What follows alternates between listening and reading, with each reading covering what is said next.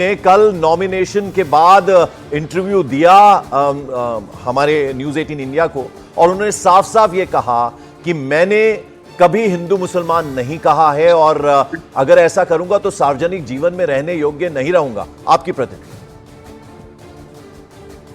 देखिए, मुझे लगता है कि ये जो स्टेटमेंट है मोदी जी का, ये पॉलिटिकल स्टेटमेंट है। अगर वो ये कहते हैं कि मैंने सार्वजनिक जीवन में ऐसा कोई कार्य नहीं किया जो मुसलमानों को हर्ट करे, तो आप पूरी हिस्ट्री उठा के देख लीजिए। बाबरी मस्जिद के जन आंदोलन के सारथी वो बने हुए थे इनके मुताबिक।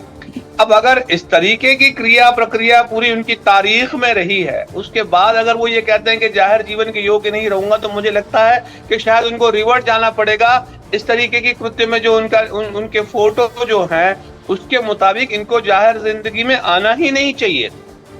नहीं, देखिए, जब उन्होंने ये बात कही, उन्होंने कहा कि जब मैं घर देता हूं किसको, जब हमने किसी को घर दिए तो हमने कभी उसमें हिंदू मुसलमान नहीं देखा। उसमें गरीब है, उसके सर पर छत हो, और उसमें हमने धर्म के आधार पर कभी नहीं उसको देखा। देखिए, बात तो ये सही है कि धर्म के आधार पर उन्होंने नहीं देखा, लेकिन देखिए, अगर ये सवाल किया जाए तो इस देश में कभी मुसलमान ने, कभी हिंदू ने, किसी ने ये भी तो नहीं पूछा ना उनसे कि भाई आप 20 लाख रुपए का सूट पहनते हैं, प्रधानमंत्री हैं, इसलिए। हमने भी तो नहीं उस पर कोई आपत्ति जताई। हमने कभी आपत्ति जताई कि आप 4 मकान या 5 मकान इकट्ठा होकर जो एक उसको देते हैं सिटीजन्स को, उसके बजाय आपने 5-5 मकानों के बदले एक सूट पहना, और वो भी जिससे लिया था वो देश से चला गया। तो हमने कभी सवाल नहीं पूछा।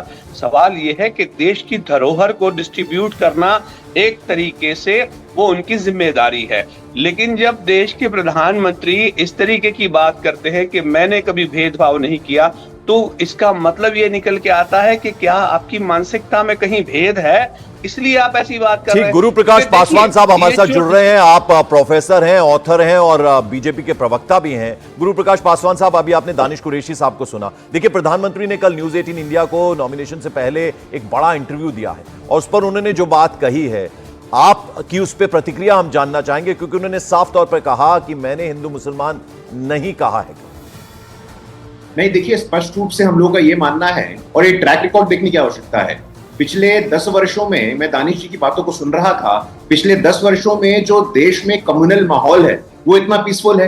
कहां कोई दंगा हुआ है, कहां कोई फसाद हुआ है धर्म के नाम पे? हम पूछना चाहते हैं आपसे।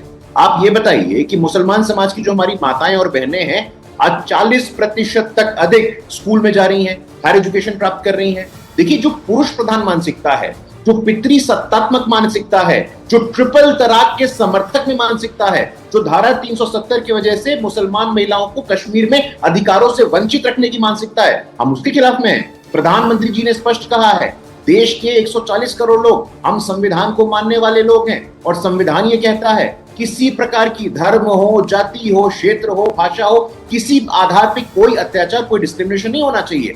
आज हमारी सरकारी योजना, कल्याणकारी योजनाओं को जो लाभ पहुंच रहा है, सभी के पास पहुंच रहा है, और इसी का परिणाम है। आज दानिश कुरैशी जी कह रहे हैं, या हमारे तमाम AIMM के साथी कहते हैं, आजमगढ़ में बाईपोल हुआ था, कौन जीता था? रामपुर में बाईपोल हुआ था, कौन जीता था? आज मुसलमान समाज का भी समर्थन भारतीय जनता पार्टी को। गुरु प्रकाश जी सिर्फ AIMM नहीं कह रही। अब देखिए, हमने रिएक्शंस आने शुरू हुए, तो प्रियंका गांधी ने कहा कि उन्होंने 10 सालों में केवल हिंदू मुसलमान ही किया है, और वो तो ये भी कह रही है कि हिंदू जागरूक हो जाओ, मुसलमान जागरूक हो जाओ।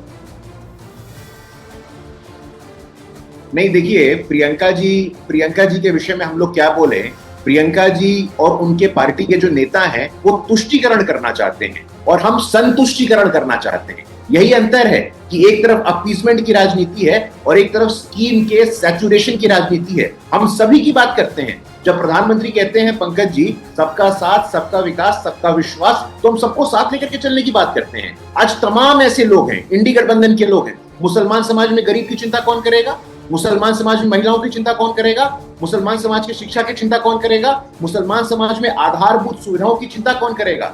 ये लोग सिर्फ और सिर्फ मात्र तुष्टीकरण, मात्र रेडिकल इस्लाम। दानिश भाई, आप केवल तुष्टीकरण की राजनीति करते हैं, ये कह रहे हैं गुरु प्रकाश पासवान जी, इस पे क्या कहेंगे आप?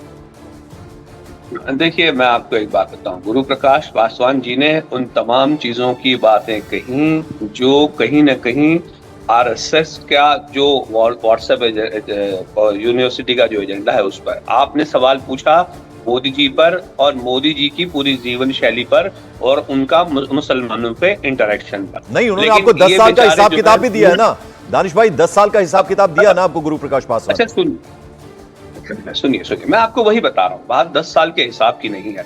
मैं आपको बताऊं कि जिन मुसलमानों की बात अगर मोदी जी कहते हैं कि मेरे पड़ोस में जो घर थे उनके वहां ईद से खाना आता था।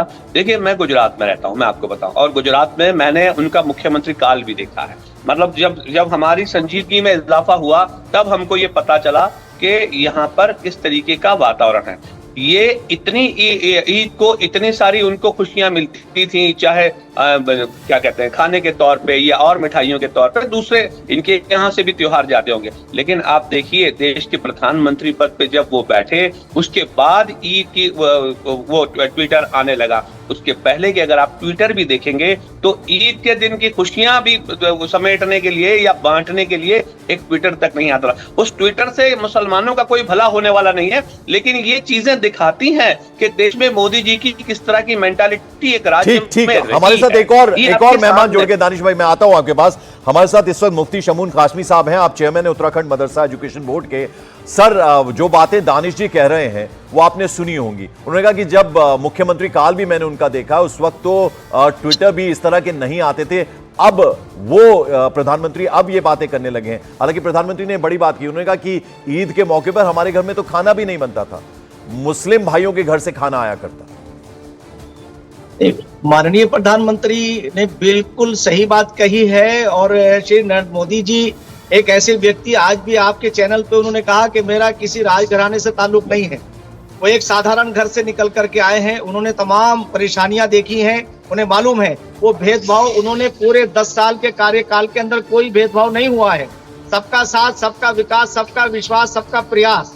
और मैं ये कहना चाहता हूं कि उनके जो उनके वक्तव्यों से उनसे जोड़ा गया है, उन्होंने कांग्रेस के काले कार्यकलापों का जिक्र किया कि 60 साल का जो कार्यकाल मिला, मुसलमानों को मुख्य धारा से काटा, उन्हें एजुकेशन से दूर किया और आरएसएस और बीजेपी का भय दिखा करके मुसलमानों के अंदर डर पैदा किया, उन्हें वोट बैंक बनाया।